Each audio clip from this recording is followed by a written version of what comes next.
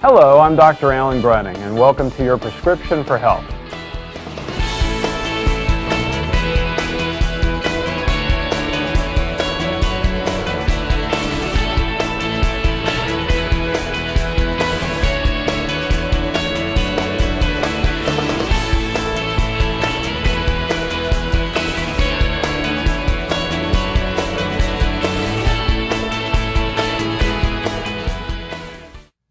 Hello, I'm Dr. Alan Gruning, and welcome to the first show of your Prescription for Health.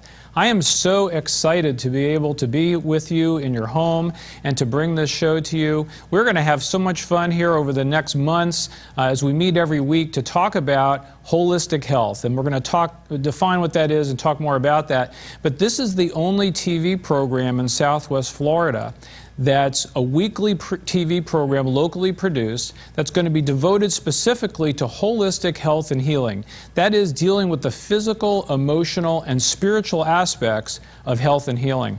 And this show has been a long time in coming. There's been a lot of obstacles to try to get this on the air. And this has been a dream of mine for a long time, and we're going to talk about that. But what I'd like to do first is just kind of define what our purpose is, and we'll kind of look at a PowerPoint to do that. And Prescription for Health's purpose will be hopefully on the screen here. There we go.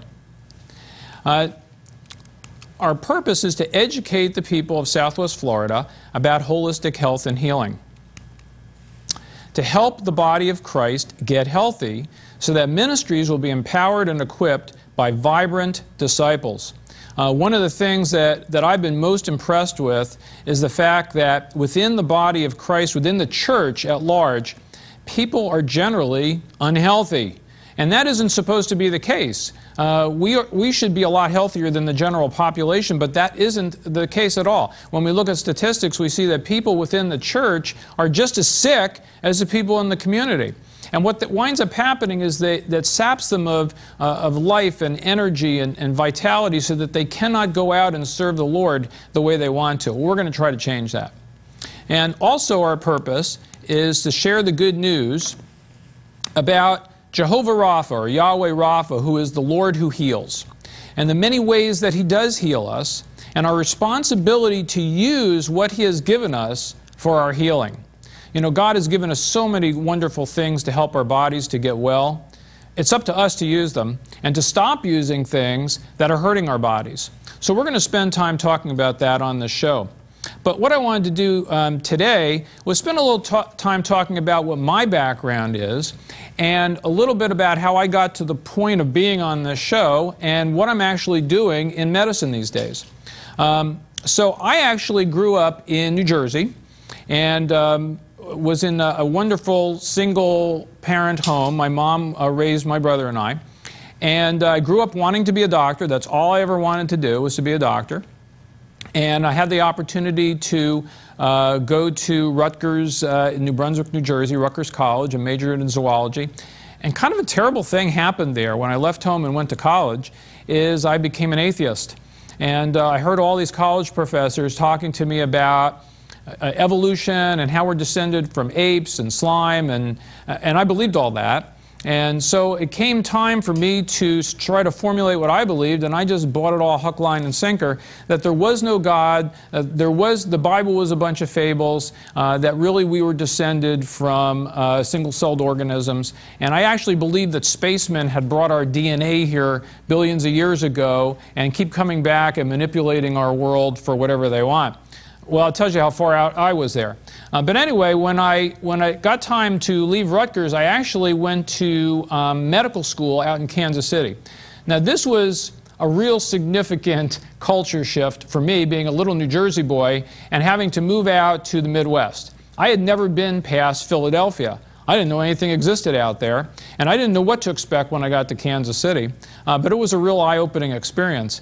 And I thought there would be horses in the street and gunfights, and what I found when I got to Kansas City, it was a beautiful city, and there was no trash laying around on the streets, and there were no people sleeping on the streets, and I was like, wow, this is really a great place. And I went to osteopathic medical school there at the Kansas City University of Health Sciences, College of Osteopathic Medicine. Now I need to probably define for some of you what osteopathic medicine really is, because you may not be familiar with that.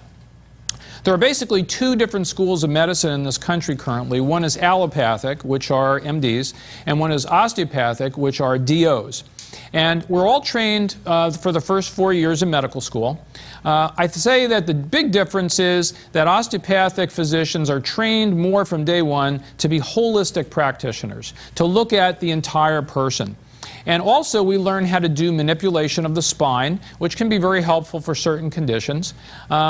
And we tend to have, like I said, a more holistic view of the patient instead of being a specialist. So many osteopathic physicians come out as primary care providers initially, although nowadays many of us specialize in other things. We don't lose those roots though, and I still do manipulation in my practice today for a number of different conditions.